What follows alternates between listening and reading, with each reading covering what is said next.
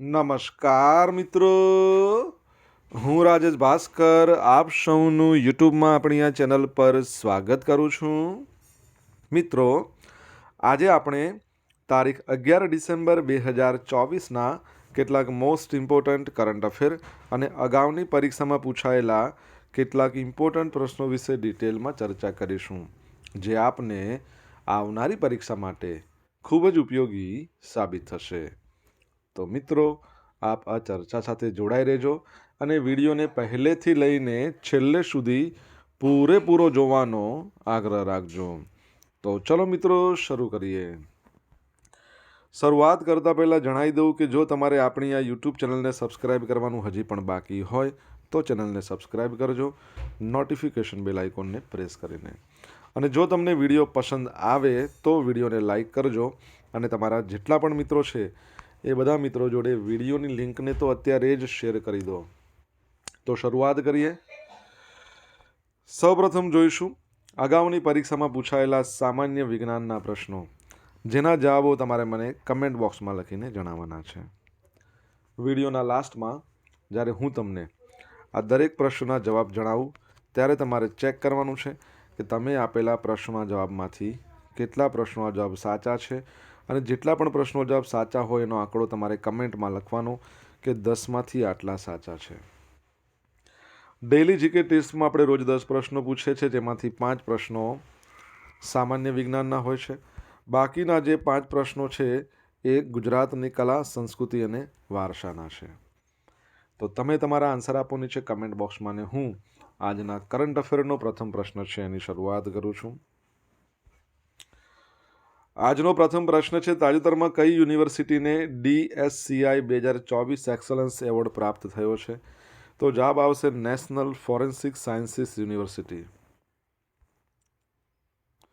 તો national forensic sciences university જે ગાંધીનગરમાં આવેલી છે એને પ્રતિષ્ઠિત DSCI 2024 એક્સલન્સ એવોર્ડ પ્રાપ્ત થયો છે. આ પુરસ્કાર સાયબર ક્રાઇમ્સ, સાયબર લો અને ડિજિટલ ફોરેન્સિક્સ બાય એકેડેમિયા આ કેટેગરી અંતર્ગત ક્ષમતા નિર્માણમાં શ્રેષ્ઠતા માટે NFSUને પ્રોવાઈડ કરવામાં આવ્યો છે. Data security council of India DSCI A corporate અને LEA લીડિંગ એક્સલન્સ એવોર્ડ્સ માટે 2011માં શ્રેષ્ઠતા પુરસ્કારની સ્થાપના કરી હતી. LEA પુરસ્કારની શ્રેણીમાં India cyber cop award, award for excellence in capacity building of police agencies, cyber crimes, cyber law, digital forensics by academia, બરાબર, તો આનો બધાનો સમાવેશ થાય છે. નેશનલ ફોરેન્સિક સાયન્સીસ યુનિવર્સિટી એ વિશ્વની એકમાત્ર યુનિવર્સિટી છે જેને BNSS 329 અને IT એક્ટ 2000ની કલમ 79A હેઠળ કેસોની તપાસ કરવા અને અદાલતમાં રિપોર્ટ કરવા માટે વિશેષ અધિકાર આપવામાં આવ્યો છે. નેશનલ ફોરેન્સિક સાયન્સીસ યુનિવર્સિટીએ cyber crime, cyber law, digital ફોરેન્સિક્સના ક્ષેત્રમાં અદ્યતન ક્ષમતાનું નિર્માણ કર્યું છે અને રાષ્ટ્રની ફોરેન્સિક ક્ષમતા નિર્માણમાં અસરકારક રીતે યોગદાન પણ આપ્યું છે. નેશનલ ફોરેન્સિક સાયન્સીસ યુનિવર્સિટીની આપણે જો વાત કરીએ તો એની સ્થાપના થઈ હતી 2008માં as a Gujarat forensic sciences university. ત્યારબાદ એને નેશનલ ફોરેન્સિક સાયન્સીસ યુનિવર્સિટી બનાવવામાં આવી. તમારા માટે પ્રશ્ન, એના વાઇસ ચાન્સલરનું નામ શું છે? આવડે તો કમેન્ટ બોક્સમાં લખજો. સેકન્ડ પ્રશ્ન, દર વર્ષે યુનિસેફ દિવસ ક્યારે મનાવવામાં આવે છે? તો જવાબ આવશે 11મી ડિસેમ્બરના રોજ, એટલે કે આજનો દિવસ છે. તો યુનિસેફ સ્થાપના દિવસ અથવા તો યુનિસેફ દિવસ દર વર્ષે 11 ડિસેમ્બરે ઉજવવામાં આવે છે, જે 1946માં યુનાઇટેડ નેશન જનરલ એસેમ્બલી દ્વારા યુનિસેફની રચનાને ચિહ્નિત કરે છે. 1946માં બીજા વિશ્વયુદ્ધ પછી યુનાઇટેડ નેશન જનરલ એસેમ્બલીએ સમગ્ર વિશ્વમાં બાળકોના જીવનની સંભાળ અને રક્ષણ કરવાનું નક્કી કર્યું અને એક કટોકટી ભંડોળની રચના કરી. 1953માં આ ભંડોળ યુએનના સંચાલન હેઠળ આવ્યું અને આ રીતે યુનિસેફ નામની સંસ્થાની સ્થાપના થઈ. તમને ખબર છે આનું પહેલું નામ શું હતું? United Nations International Children's Emergency Fund. પરંતુ હવે એને શું કહેવાય છે? United Nations Children Fund International અને ઇમરજન્સી કાઢી નાખવામાં આવ્યું છે. 2024નો યુનિસેફ દિવસની થીમ છે લિસન ટુ ધ ફ્યુચર. તમારા માટે પ્રશ્ન, યુનિસેફના અધ્યક્ષનું નામ શું છે? કમેન્ટ બોક્સમાં લખો જો આવડતું હોય તો.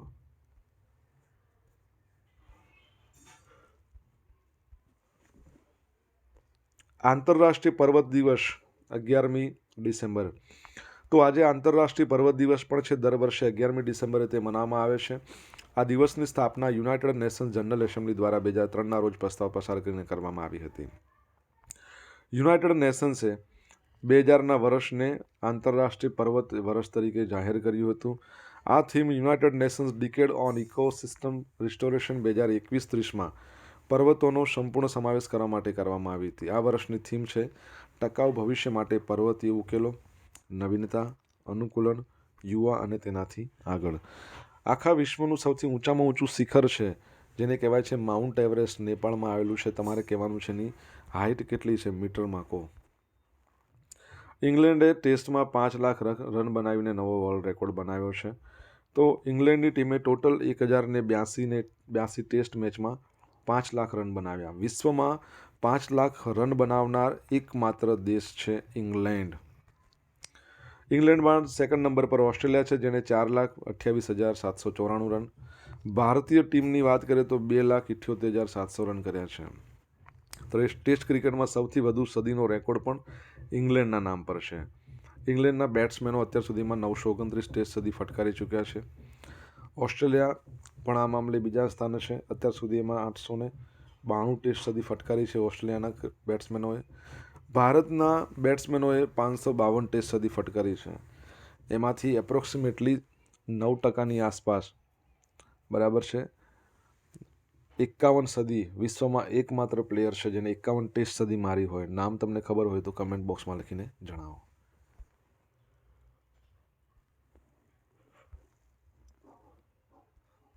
મિત્રો, વિડીયો પસંદ આવ્યો હોય, ભણવાની મજા આવી હોય તો વિડીયોને લાઇક કરો, તમારા મિત્રો જોડે વિડીયોની લિંકને શેર કરો. આપણી બંને યુટ્યુબ ચેનલ રાજેશ ભાસ્કર 2 એને સબસ્ક્રાઇબ કરો, નોટિફિકેશન બેલ આઇકોનને પ્રેસ કરીને. જો તમારે ડેઇલી કરંટ અફેરની પીડીએફ જોઈતી હોય તો આપણી ટેલિગ્રામ ચેનલ છે એને જોઈન કરો, જેની લિંક વિડીયોની ડિસ્ક્રિપ્શનમાં આપેલી છે. અહીંયા તમને પોલ્સ પણ રમવા મળશે. તાજેતરમાં કોની રિઝર્વ બેંક ઓફ ઇન્ડિયાના નવા ગવર્નર પદે નિમણૂક કરવામાં આવી છે? તો જવાબ આવશે સંજય મલ્હોત્રા, જેઓને તમે ઇમેજમાં જોઈ શકો છો. આરબીઆઈ, ભારતની સેન્ટ્રલ બેંક છે, એના તેઓ ગવર્નર બની ચૂક્યા છે. ગઈકાલે ભણ્યા હતા, તમને ખ્યાલ હોય તો, અજિંક્ય નાયક. અજિંક્ય નાયક કોણ? તો બીસીસીઆઈના કાર્યકારી સચિવ બન્યા છે, જય શાહની જગ્યાએ આવ્યા છે. રિઝર્વ બેંક ઓફ ઇન્ડિયાના 26મા ગવર્નર તરીકે સંજય મલ્હોત્રાની નિમણૂક કરવામાં આવી છે. 11 ડિસેમ્બર 2024થી તેઓ આગામી 3 વર્ષ માટે કાર્યભાર સંભાળશે. આરબીઆઈના વર્તમાન ગવર્નર શક્તિકાંત દાસનો કાર્યકાળ સમાપ્ત થઈ રહ્યો છે. સંજય મલ્હોત્રા આજથી તેમણે પદ ગ્રહણ કરશે. ઓકે, હાલમાં નાણાં મંત્રાલયમાં રેવન્યુ સેક્રેટરી તરીકે ફરજ બજાવી રહ્યા છે અને તેમની પાસે નાણાં, tax, power, information technology, mining ક્ષેત્રનો બહોળો 33 વર્ષનો અનુભવ છે. આઈઆઈટી કાનપુરમાંથી કોમ્પ્યુટર સાયન્સમાં એન્જિનિયરિંગ ગ્રેજ્યુએટ. એમણે અમેરિકાની પ્રિન્સ્ટન યુનિવર્સિટીમાંથી પબ્લિક પોલિસીમાં માસ્ટર ડિગ્રી હાંસલ કરી છે. સંજય મલ્હોત્રા રાજસ્થાન કેડરના 1990ની બેચના IAS અધિકારી છે. આરબીઆઈની વાત કરીએ, રિઝર્વ બેંક ઓફ ઇન્ડિયા, એનો એક્ટ આવ્યો હતો 1934માં. સ્થાપના 1 એપ્રિલ 1935માં કોલકાતામાં થઈ. 1937માં એનું હેડક્વાર્ટર ખસેડીને મુંબઈ લઈ જવામાં આવ્યું. એના પ્રથમ ગવર્નર હતા બ્રિટિશ, જેમનું નામ હતું એસ બોર્ન સ્મિથ. પ્રથમ ગવર્નર ભારતીય, જેમનું નામ સીડી દેશમુખ. પ્રથમ ગવર્નર ગુજરાતી, જેમનું નામ IG પટેલ. બરાબર છે. આરબીઆઈ છે, એનો જે સિમ્બોલ છે એમાં જે ટ્રી છે, ઝાડ છે, એ પામ ટ્રી છે, અને જે એનિમલ એટલે કે પ્રાણી છે એ રોયલ બેંગોલ ટાઈગર છે. તમારા માટે એક પ્રશ્ન છે. ગઈકાલે ભણ્યા હતા ને આપણે, આરબીઆઈ રેપો રેટ સતત 11મી વખત કેટલો રાખ્યો છે? ખબર હોય તો કમેન્ટ બોક્સમાં લખીને જણાવો. તાજેતરમાં ગુજરાતના કયા શહેરમાં vice chancellor summit on NEP 2020 યોજાઈ ગઈ? તો ગાંધીનગર ખાતે આનું આયોજન કરવામાં આવ્યું છે. તો ગાંધીનગર ખાતે ઉચ્ચ ટેકનિકલ શિક્ષણ મંત્રી છે આપણા શ્રી ઋષિકેશભાઈ પટેલ, એમના અધ્યક્ષ સ્થાને, તેમજ રાજ્ય શિક્ષણ મંત્રી છે પ્રફુલ્લ પાનસેરિયા. અહીંયા એ તો નથી જણાવ્યું કે આપણા શિક્ષણ મંત્રી કોણ છે. ટેકનિકલે કહી દીધું, રાજ્ય કક્ષાને કીધું, પરંતુ કેબિનેટ મિનિસ્ટર કોણ છે જે પ્રાથમિક અને માધ્યમિક માટે છે. તો ઋષિકેશભાઈ પટેલ, શિક્ષણ રાજ્યમંત્રી પ્રફુલભાઈ પાનસેરિયાના હસ્તે Gujarat state institutional ranking framework 2023-24 હેઠળ 5 સ્ટાર પ્લસ અને 5 સ્ટાર રેટિંગ પ્રાપ્ત કરનાર ગુજરાતની ટોટલ ટોપ 16 યુનિવર્સિટીના જે વાઇસ ચાન્સેલર હોય એમને પ્રમાણપત્ર આપીને સન્માનિત કર્યા. આઈહબ અને એઆઈસીટી શૈક્ષણિક ક્ષેત્રમાં ઇનોવેશન અને સ્ટાર્ટઅપ ઇકોસિસ્ટમને પ્રોત્સાહન આપવા માટે સંયુક્તપણે પ્રયાસના ભાગરૂપે જીકેએસ વિદ્યાર્થીઓને આવશ્યક એઆઈ એટલે આર્ટિફિશિયલ ઇન્ટેલિજન્સ અને ગ્રીન સ્કિલ્સ સજ્જ કરવા એડ્યુનેટ ફાઉન્ડેશન કોની જોડે એડ્યુનેટ ફાઉન્ડેશન સાથે એમઓયુ કર્યા છે. કેન્દ્રીય શિક્ષણ મંત્રી કોણ છે? કેન્દ્રીય શિક્ષણ મંત્રી ધર્મેન્દ્ર પ્રધાન છે. ગુજરાતના તમારે કહેવાના છે. સિરિયામાં છેલ્લા કેટલાક સમયથી શાંત રહેલું ગૃહયુદ્ધ ફરી ઊભું થયું છે. તો થોડા અઠવાડિયા પહેલાં સિરિયન બળવાખોરોએ ના જૂથોએ અલેપ્પો, હોમ્સ, દારા આવા બધા મોટા શહેરો પર કબજો કર્યો. સિરિયામાં વિદ્રોહી દળોની રાજધાની દમાસ્કસ પર કબજો કરવાનો દાવો કર્યો છે. 24 વર્ષ સુધી શાસન કર્યા બાદ રાષ્ટ્રપતિ બશર અલ અસદ દેશ છોડીને ભાગી ગયા અને તેઓ ક્યાં ગયા છે? રશિયામાં ગયા એવું કહે છે. વિદેશ મંત્રાલયે સિરિયા માટે ટ્રાવેલ એડવાઇઝરી જાહેર કરી છે, જેમાં ભારતીય નાગરિકોને આગામી આદેશ સુધી સિરિયાની મુસાફરી ટાળવાની કડક સૂચના આપવામાં આવી છે. સિરિયામાં બગડતી પરિસ્થિતિને ધ્યાનમાં રાખીને ચેતવણી આપવામાં આવી છે. જારી કરવામાં આવેલ એડવાઇઝરીમાં કહેવામાં આવ્યું છે કે વર્તમાન પરિસ્થિતિમાં ત્યાં સુધી મુસાફરી કરવી ખૂબ જ જોખમી છે. સિરિયામાં રહેતા ભારતીય નાગરિકોએ જણાવ્યું છે કે તેઓ ભારતીય દૂતાવાસનો સંપર્કમાં રહે. બરાબર છે કે તેઓ આપણો દૂતાવાસ છે એના સંપર્કમાં રહે, ગમે ત્યારે એ લોકોને પાછા અહીંયા લાવવાની જરૂર પડે. સિરિયા કરન્સી સિરિયન પાઉન્ડ છે. તમારે કહેવાનું છે એનું કેપિટલ શું છે. આવડતું હોય તો કમેન્ટ બોક્સમાં લખો.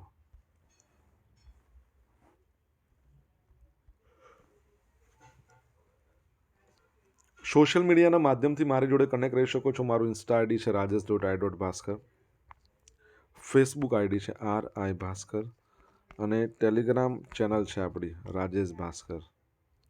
તો ટેલિગ્રામ ચેનલ પરથી તમને ડેલી કરંટ અફેરની PDF મળશે અને રોજ પોલ્સ પણ રમવા મળશે. જો તમને ભણવાની મજા આવી હોય તો વિડીયોને એક લાઇક કરો, તમારા મિત્રો જોડે વિડીયોની લિંકને શેર કરો. ચેનલ સબસ્ક્રાઈબ કરવાનું બાકી હોય તો સબસ્ક્રાઈબ કરો, નોટિફિકેશન બેલ આઇકોનને પ્રેસ કરીને. તાજેતરમાં કયા દેશની સરકારે બાળકોની સ્થૂળતા માટે ટીવી ચેનલમાં આવતી જંક ફૂડની જાહેરાતો પર પ્રતિબંધ મૂક્યો છે? તો જવાબ આવશે UK, United કિંગડમે.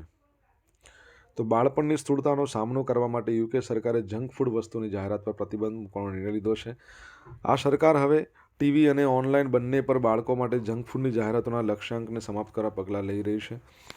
National health service છે મુજબ યુકેમાં બાળકોમાં સ્થૂળતાનો દર વધી રહ્યો છે, જેમાં 10માંથી 1 4 વર્ષના બાળક હવે મેદસ્વી તરીકે વર્ગીકૃત છે.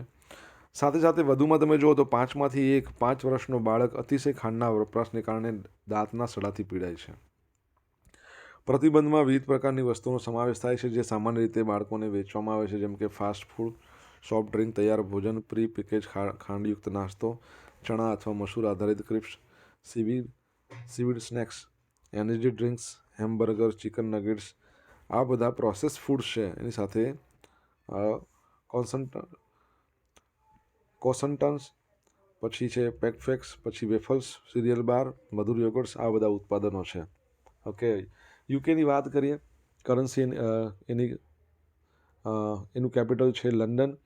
યુકેની કરન્સી સ્ટર્લિંગ પાઉન્ડ છે. તમને ખબર છે યુકેની અંદર ટોટલ 4 દેશો છે. જો ઇંગ્લેન્ડ એક દેશ છે, ઇંગ્લેન્ડની સાથે સ્કોટલેન્ડ અને વેલ્સ જોડાય એને આપણે બ્રિટેન કહીએ.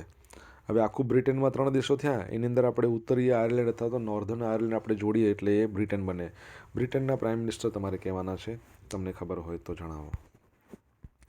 ભારતીય સંકેત ભાષા આધારિત PME વિદ્યા DTH ચેનલનો શુભારંભ. તાજેતરમાં કેન્દ્રીય શિક્ષણ મંત્રી ધર્મેન્દ્ર પ્રધાને ભારતીય સંકેત ભાષા આધારિત PME વિદ્યા DTH ચેનલનો શુભારંભ કરાવ્યો. આ ચેનલમાં વિદ્યાર્થીઓ, શિક્ષકો, શિક્ષણવિદો, લાગતા વળગતાઓ માટે વિવિધ સામગ્રી રજૂ કરાશે. આ ચેનલ સમાજમાં સંદેશાવ્યવહાર પદ્ધતિને વધુ પ્રગતિશીલ અને સર્વસમાવેશક બનાવશે. શિક્ષણ મંત્રાલયની યાદી મુજબ આ ચેનલ સંકેત ભાષાના વિવિધ વિષયોના શિક્ષણને પ્રોત્સાહન આપશે. અહીંયા DTH કીધું, તમને ખબર છે DTHનું ફૂલ ફોર્મ શું થાય? જણાવો, કમેન્ટમાં લખો. હવે મિત્રો જોઈશું અગાઉની પરીક્ષામાં પૂછાયેલા સામાન્ય વિજ્ઞાનના પ્રશ્નો. પહેલો પ્રશ્ન રિએક્ટર આવશે. રિએક્ટર માપક્રમ શું છે? ભૂકંપની તીવ્રતા માપવા માટેનું. કયા સાધનથી ભેજના પ્રમાણની આપોઆપ નોંધ લેવાય છે? તો શું આવશે? હાઇગ્રોમીટર. ત્રીજો પ્રશ્ન સૂર્યના પાર જાંબલી કિરણોને શોષી લેનાર કયો વાયુ છે? ઓઝોન. સૌથી વધુ સખત ખનિજ કઈ છે? અહીંયા દર્શાવવામાંથી હીરો પૃથ્વી પર સૌથી સખતમાં સખત આવે છે. પાણીની ઘનતા સૌથી વધુ કયા તાપમાને હોય છે? તો 4 સેલ્સિયસ તાપમાને. બરાબર. હવે જોઈશું આગામી પરીક્ષામાં પૂછાયેલા ગુજરાતની કલા સંસ્કૃતિ અને વારસાના પ્રશ્નો. પહેલો પ્રશ્ન મહેસાણા ખાતે આવેલા વડનગરનું પ્રાચીન નામ? તો આનંદપુર. પછી એક છે આનંદપુર, આનર્તપુર અને ચમત્કારપુર. બરાબર. કચ્છના રાપર ખાતે કયો મેળો ભરાય છે? રવેચીનો મેળો. મહુડી ખાતે પવિત્ર ઘંટાકર્ણ મહાવીર સ્વામીના જૈન મંદિરના સ્થાપકનું નામ? તો બુદ્ધિસાગરજી. શું આવશે? બુદ્ધિસાગરજી. આ યાદ રાખજો. નાટ્ય કલાના આજીવક સાધક અને પોતાના અભિનય દ્વારા સિંદૂર ખિતાબ મેળવનાર કલાકારનું નામ શું? તો જયશંકર ભોજક. એમણે નાટકની અંદર સુંદરીનો રોલ કર્યો હતો, એટલો જબરજસ્ત રોલ કર્યો હતો કે તેમનું ઉપનામ સુંદરી થઈ ગયું. ભારતનું માન્ચેસ્ટર કોને કહેવાય? અમદાવાદને. અમદાવાદ ભારતના માન્ચેસ્ટર તરીકે પ્રસિદ્ધ હતું એક જમાનામાં. એટલી બધી મિલો હતી, વાત ના કરો. માન્ચેસ્ટર એકચ્યુઅલી યુકેનું એક શહેર હતું, એમાં પણ મિલો બહુ હતી, એટલે એના નામ પરથી આનું નામ પડ્યું હતું. હવે જોઈશું ગઈકાલે પૂછેલા પ્રશ્નનો જવાબ. પહેલો પ્રશ્ન તાજેતરમાં કયા સ્થળે BAPF સંસ્થાના આંતરરાષ્ટ્રીય કાર્યકર સુવર્ણ મહોત્સવની ઉજવણી કરવામાં આવી? તો અમદાવાદમાં. સેકન્ડ પ્રશ્ન તાજેતરમાં UN જનરલ એસેમ્બલીએ કયા દિવસને વિશ્વ ધ્યાન દિવસ તરીકે ઘોષિત કર્યો છે, જાહેર કર્યો છે? 21 ડિસેમ્બર. યાદ રાખજો, પરીક્ષાની દ્રષ્ટિએ બહુ અગત્યનો પ્રશ્ન છે. ઓકે. હવે મિત્રો જોઈશું આપણે આજે પૂછેલા પ્રશ્નનો જવાબ. પહેલો પ્રશ્ન નેશનલ ફોરેન્સિક સાયન્સીસ યુનિવર્સિટીના વાઇસ ચાન્સલરનું નામ શું છે? JM વ્યાસ. સેકન્ડ પ્રશ્ન યુનિસેફના અધ્યક્ષનું નામ શું છે? તો યાદ રાખજો, કેથરીન M. રસેલ. ત્રીજો પ્રશ્ન સૌથી વધારે ટેસ્ટમાં સદીઓ બનાવનાર વિશ્વનું એકમાત્ર ખેલાડી? શું નામ છે એમનું? સચિન તેંડુલકર. 51 ટેસ્ટ સદી છે. ચોથો પ્રશ્ન વિશ્વનું સૌથી ઊંચામાં ઊંચું શિખર માઉન્ટ એવરેસ્ટ. હાઇટ છે 8,848.86 મીટર. નેપાળમાં આવેલું છે. પાંચમા નંબરનો પ્રશ્ન RBI રેપો રેટ કેટલો રાખ્યો હતો? 6.50% પર યથાવત રાખ્યો. સાતમા નંબરનો પ્રશ્ન સિરિયાનું કેપિટલ શું છે? દમાસ્કસ. આઠમો પ્રશ્ન યુકેના પ્રાઇમ મિનિસ્ટરનું નામ શું છે? કીર સ્ટારમર. યુકેના પ્રાઇમ મિનિસ્ટરનું નામ કીર સ્ટારમર 58મા નંબરના છે. આની પહેલાં જે યુકેના પ્રાઇમ મિનિસ્ટર હતા ને, તેઓ ભારતીય મૂળના હતા. ઋષિ સુનક. યાદ રાખજો, ઋષિ સુનક ભારતીય મૂળના હતા. ત્યારબાદ છેલ્લો પ્રશ્ન DTHનું ફૂલ ફોર્મ શું થાય? તો યાદ રાખજો, ડાયરેક્ટ ટુ હોમ. હવે મિત્રો જોઈશું ગઈકાલના કરંટ અફેરમાંથી પૂછેલા કેટલાક ઇમ્પોર્ટન્ટ પ્રશ્નો, જેના જવાબો તમારે મને કમેન્ટમાં લખીને જણાવવાના છે. પહેલો પ્રશ્ન કે તાજેતરમાં આવેલા અહેવાલ મુજબ સ્ટાર્ટઅપ ક્ષેત્રે ગુજરાત સમગ્ર દેશમાં કયા સ્થાને છે? જો તમને જવાબ આવડતો હોય તો તમે કમેન્ટ બોક્સમાં લખજો. સ્ટાર્ટઅપ દિવસ 16મી જાન્યુઆરીએ મનાવીએ છીએ આપણે. સેકન્ડ પ્રશ્ન તાજેતરમાં કોને BCCIના કાર્યકારી સચિવ તરીકે નિયુક્ત કરવા આવ્યા છે? મેં તમને આ જ વિડીયોની અંદર આનો જવાબ આપ્યો છે, તો આશા રાખું તમને જવાબ તો આવડશે જ ને. આવડતો હોય તો તમે કમેન્ટ બોક્સમાં લખીને જણાવજો. તો મિત્રો આ હતા આજના દિવસના કેટલાક મોસ્ટ ઇમ્પોર્ટન્ટ કરંટ અફેર. સાથે આપણે જોયું અગાઉની પરીક્ષામાં પૂછાયેલા કેટલાક ઇમ્પોર્ટન્ટ પ્રશ્નો, એના જવાબોની સાથે. આશા રાખું બધાને ભણવાની મજા આવી હશે. જો ભણવાની મજા આવી હોય તો વિડીયોને લાઇક કરજો, પરંતુ વિડીયોની લિંકને તમારા મિત્રો જોડે શેર અત્યારે જ કરી દો. આપણી 2 યુટ્યુબ ચેનલ છે, એક તો રાજેશ ભાસ્કર, બીજી છે રાજેશ ભાસ્કર 2. જો તમારે સબસ્ક્રાઇબ કરવાનું બાકી હોય બેમાંથી કોઈ પણ ચેનલ, તો અત્યારે સબસ્ક્રાઇબ કરી દો. નોટિફિકેશન બેલ આઇકોનને પ્રેસ કરીને તમારા અભિપ્રાયો કમેન્ટ બોક્સમાં લખીને જણાવજો. તો મિત્રો, અહીં આપણે સ્ટોપ કરીશું. તો thank you so much for watching this video. Have a nice day. જય હિન્દ, જય ભારત.